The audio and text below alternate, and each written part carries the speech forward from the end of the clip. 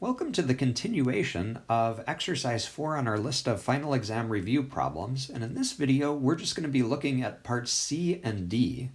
And again, each of these problems is about taking a vector space and a subset and trying to decide if the subset W is a subspace of the vector space. All right, so let's start with C. In this case, our vector space is the set of all polynomials of degree 2 or less. And our set W that we're going to look at is the set of all polynomials that have the property that p of 0 times p of 2 equals 0. We'd like to know if that's a subspace of V. Okay, and I claim that it's not a subspace. Now, I'm hoping that you maybe made an attempt at this problem and played with it a little bit and maybe came to the conclusion that this doesn't appear to work. The tack that I'm going to take on this one is to try to demonstrate to you that W is not closed under addition, that that's a property that fails and prevents this from being a subspace. All right, so let's start with our claim.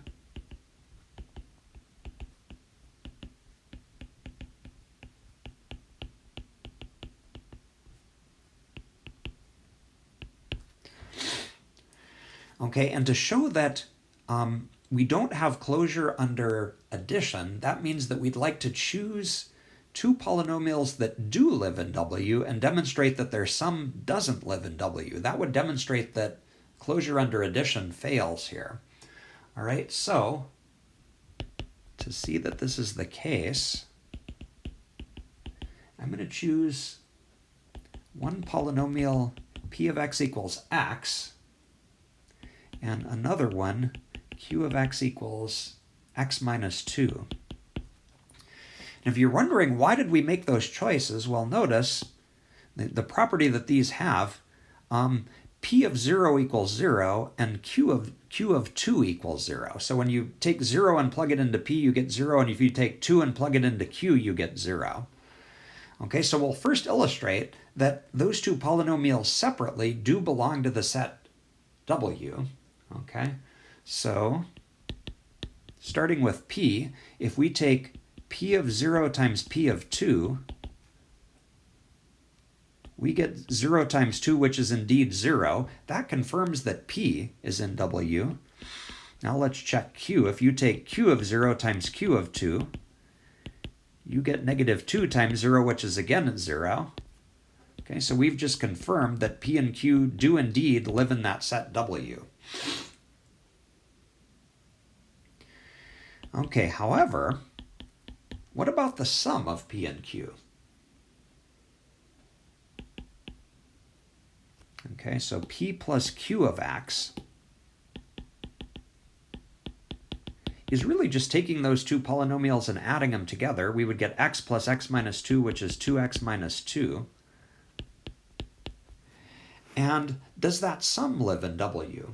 Okay, well, let's see. We'll take p plus q of 0 times p plus q of 2, and we want to check and ask, is that product 0? That's what it means to live in W. Well, p plus q of 0, you take 0 and plug it into 2x minus 2, you're going to get negative 2. And p plus q of 2, let's see, that's going to give us 2 times 2 is 4 minus 2, that's 2. We get negative 4, and notice that that's not 0. That confirms that the sum p plus q does not live in W.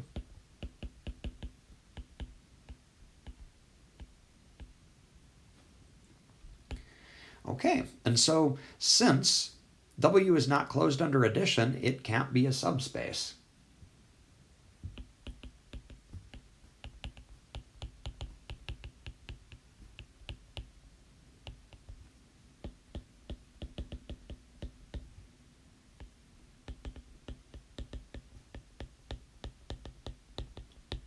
Okay, you might ask yourself if you can think of other examples, okay, other choices of p and q that we might have chosen to illustrate this. Okay, and we are ready then for part D. Okay, same question, but with a very different vector space. Okay, so it's been a while since we've seen this notation. C negative 1 to 1, in words that means the set of continuous functions that have a domain from negative 1 to 1. So it's the continuous functions on the closed interval negative 1 to 1. Okay, and the set we're looking at this time, W, is the set of all functions that satisfy this equation, f of negative x equals f of x. I'm wondering if you might remember seeing that, maybe in an algebra or a calculus class. There's a name for that set of functions. It's called the set of all even functions.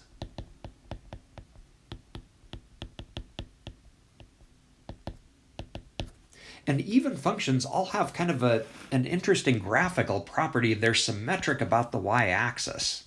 Okay, so a typical example of an even function would be the parabola y equals x squared. Okay, because of the fact that it's got symmetry straight through the y-axis.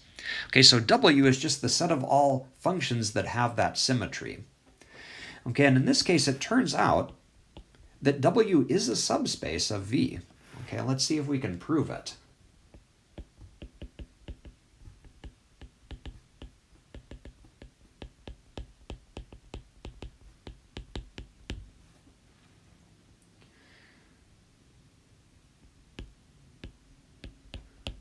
Okay, and this time we will use theorem 1.3.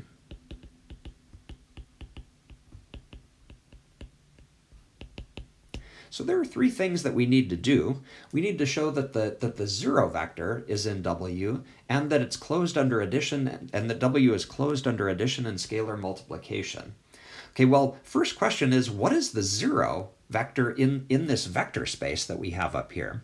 Okay, well, this is a vector space that involves functions, so the zero vector is actually the zero function.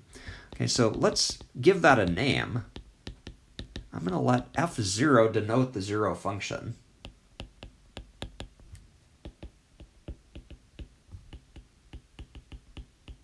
Okay, by definition, that just means we're talking about the function where if you plug anything in, you're always going to get 0 out. Okay, so first thing we need to ask ourselves is that zero function in our vector space?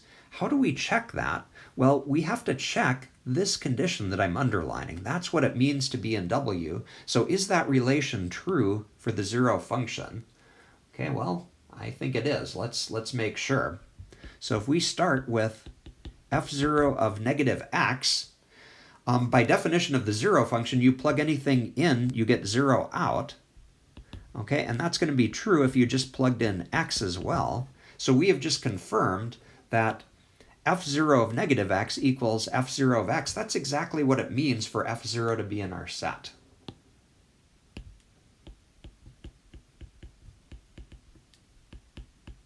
Okay, so we've just confirmed the first condition of theorem 1.3. All right, now we need to see, do we have closure under addition and scalar multiplication? All right, well, to do that, we need to take ourselves some arbitrary functions and scalars here. Take any, I'm going to call them f and g since we're talking about functions. Okay, and any real number scalar. Okay, and since we're working on the domain from -1 to 1, I'm just going to remind ourselves that that's the set of x's that we're talking about. And now we're just going to see if we can check those conditions. Okay, closure under addition and scalar multiplication. So we'll first check the function f plus g and ask, does it have the property to live in W? And again, remember, sorry for the scrolling here, but we need to verify that f plus g satisfies this relation up here. Okay, so we'll start with f plus g of negative x. Is that equal to f plus g of x? Okay, well, let's do some algebra. By definition, this is f of negative x plus g of negative x. Okay, and then we remember that f and g, both of those functions separately are in W, and so we know that f of negative x is f of x, and g of negative x is g of x. We just use the fact that f and g are in W to do that. Okay, and by definition, f of x plus g of x is f plus g of x. So notice where we started and where we stopped. Since those two things are equal, that's what it means for f plus g to be in W. So we've just confirmed closure under addition.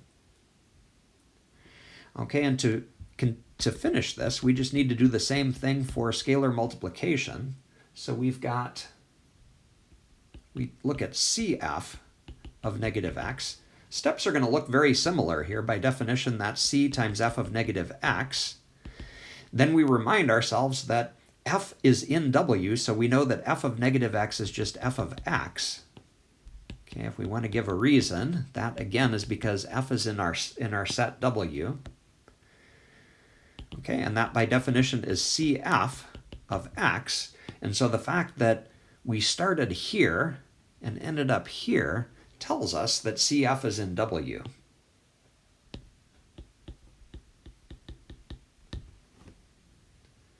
Okay, and only thing left to mention is that the theorem that we used here. Okay, so therefore by theorem 1.3, W is indeed a subspace.